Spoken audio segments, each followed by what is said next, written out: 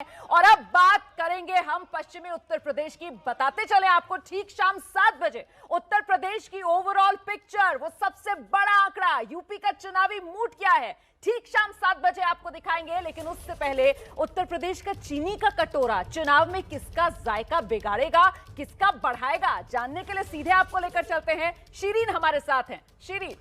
बिल्कुल रोमाना, देखिए सबसे बड़ा रीजन है ये और सबसे महत्वपूर्ण हो जाता है इसलिए भी क्योंकि इसकी चर्चा ज्यादा इसलिए है क्योंकि किसान आंदोलन का जो सबसे बड़ा असर है वो इसी हिस्से पर है। और ये हिस्सा क्या कहता है, आखिर जनता यहाँ की क्या कहती है, क्योंकि 136 सीटों को समेटे पश्चिमी यूपी का ये रीजन आखिर इन आंकड़ों के जरिए समझाने की हम दर्शकों को कोशिश करेंगे कि इस हफ्ते के सर्वे में क्या निकलकर सामने आया है।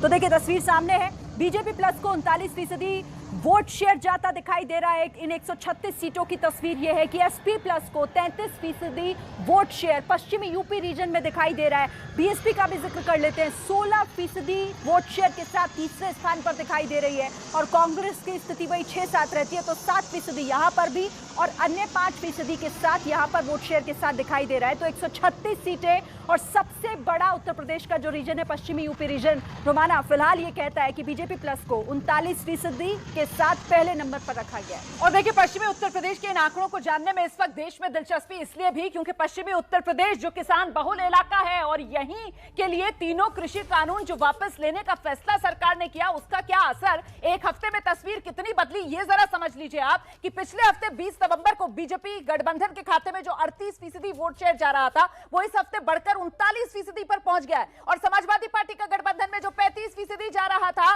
वो 33% पर आ गया है। बावजूद इसके सबसे करीबी मामला अभी भी बना हुआ है बीजेपी गठबंधन और समाजवादी पार्टी गठबंधन में पश्चिमी उत्तर प्रदेश में। कुल मिलाकर सीधे आपको लेकर चलते हैं, वरिष्ठ पत्रकार रशीद कदवई साहब इस वक्त हमारे साथ मौजूद हैं। रशीद कदवई साहब, ये आंकड़े क्या कह रहे हैं?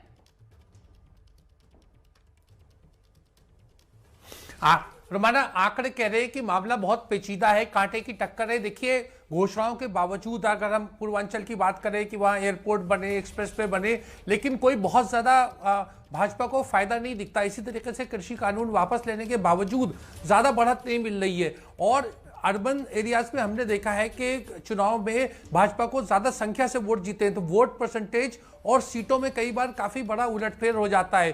तो तमाम चीजें जो है हमें नजर आ रही है। अवध का रीजन हम छोड़ दें तो पूर्वी और पश्चिमी उत्तर प्रदेश में कांटे की टक्कर साफ नजर आ रही है।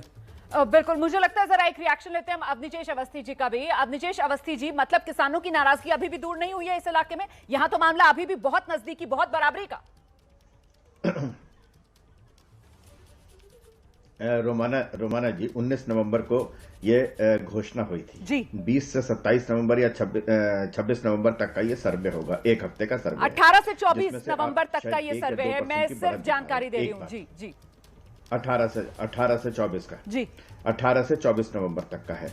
तो उसमें एक बात बड़ी साफ सी है कि उसके बावजूद बीजेपी नंबर 1 पर है, फासला बढ़ा है, कम नहीं हुआ, बढ़ा है। तो इस कृषि कानूनों की वापसी का असर साफ साफ अगर एक हफ्ते के अंदर, 5 दिन के अंदर देखें, जिसमें 18-19 नवंबर में तो वो 19 को तो फैसला ही हुआ था, वो घोषणा ही हुई थी, तो उसके बाद देखें तो बढ़ा है। मुझे लगता है कि कहीं भी किसी भी तरीके से अभी तक जितने भी रीजन दिखाए हैं उसमें निश्चित रूप से कहीं भी सरकार के खिलाफ, सरकार को कम होते हुए नहीं दिखाया गया, जहां पर समाजवादी पार्टी उसको ओवरलैप कर रही हो, ओवरटेक कर रही हो।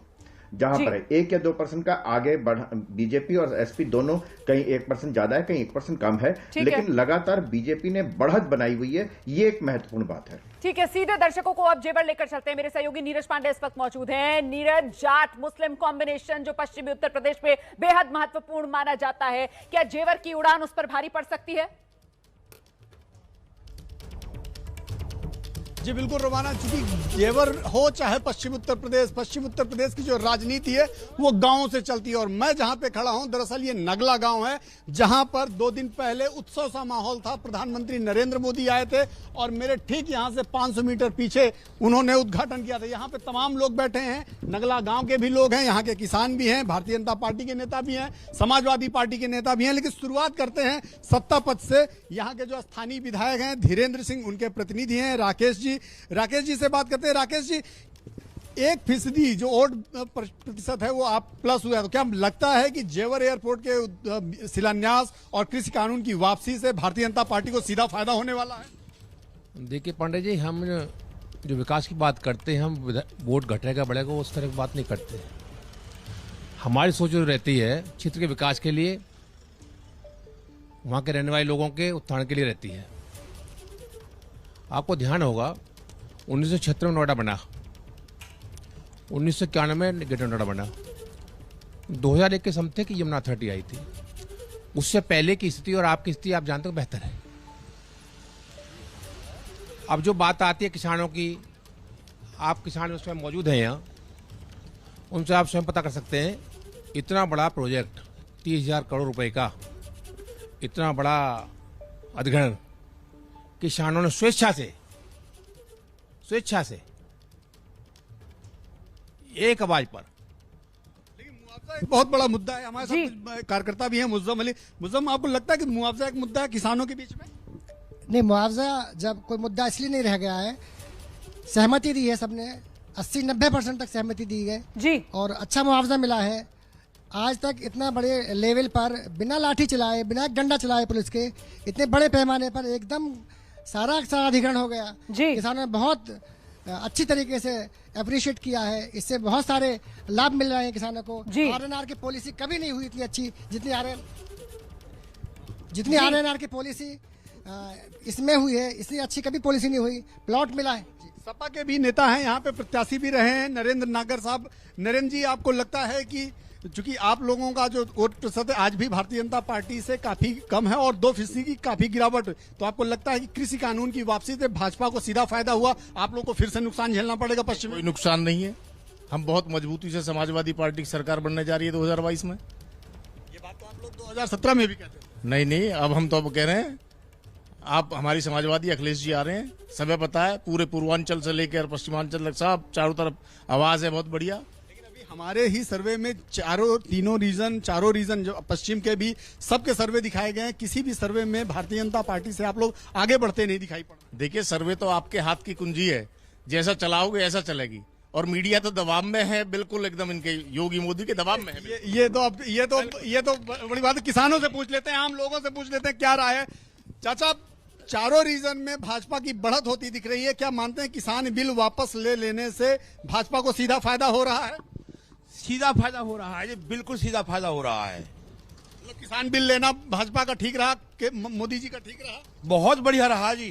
अच्छा, आप तो जेवर के हैं, जेवर एयरपोर्ट बन रहा है। इस जेवर एयरपोर्ट से आप लोग क्या सोचते हैं, क्या विकास होगा नहीं होगा आपके युवाओं के लिए? एयरपोर्ट से विकास तो होगा ही होगा, और नौकरियां मिलेंगी और पैसा भी खूब मिला है जी। युवाओं से ही पूछ लेते हैं। आप लोग यहीं के हैं? हाँ जी। क्या सोचते हैं? प्रधानमंत्री नरेंद्र मोदी 2 दिन पहले आए थे, आप लोगों से बहुत बड़ी बड़ी बातें करके गए।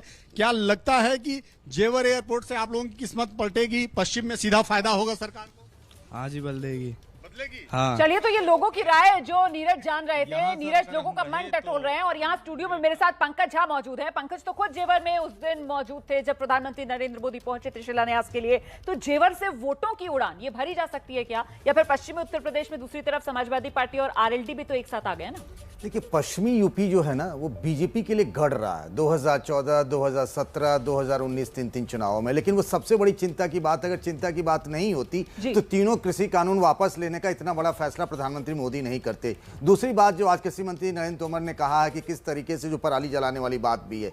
लेकिन अभी तक जो हम जिसकी बात चर्चा कर रहे हैं कि एक तरीके से आरएलडी और समाजवादी पार्टी, ये भी कहा जा रहा है कि चंद्रशेखर आजाद जो हैं उनकी भी पार्टी उनके साथ जुड़ेगी। 1-2 फैक्टर इसमें ये देखिए कि बीएसपी जहां बहुत पिछड़ी हुई नजर आ रही थी, यहां पर अगर देखेंगे तो उसका वोट शेयर भी महत्व रखता है, क्योंकि कुछ इलाके जहां दलितों का और मुसलमानों का कॉम्बिनेशन बहुत विंसिबल होता है, वो विजय दिलाता है। बीजेपी के लिए चिंता की बात है और अभी भी दोनों के बीच में गैप 6% का है। लेकिन ये बड़ी चिंता की बात है अगर ये गैप सिमटता गया, क्योंकि जब दोनों लड़के, मैं अखिलेश और जयंत की बात करता हूं, वो जब कैंपेन स्टार्ट करेंगे तब हालात बदलेंगे। बिल्कुल। फिलहाल इस हफ्ते यूपी का चुनावी मूड कुल मिलाकर क्या है, बड़ी तस्वीर, बिग पिक्चर जिसका आपको इंतजार है।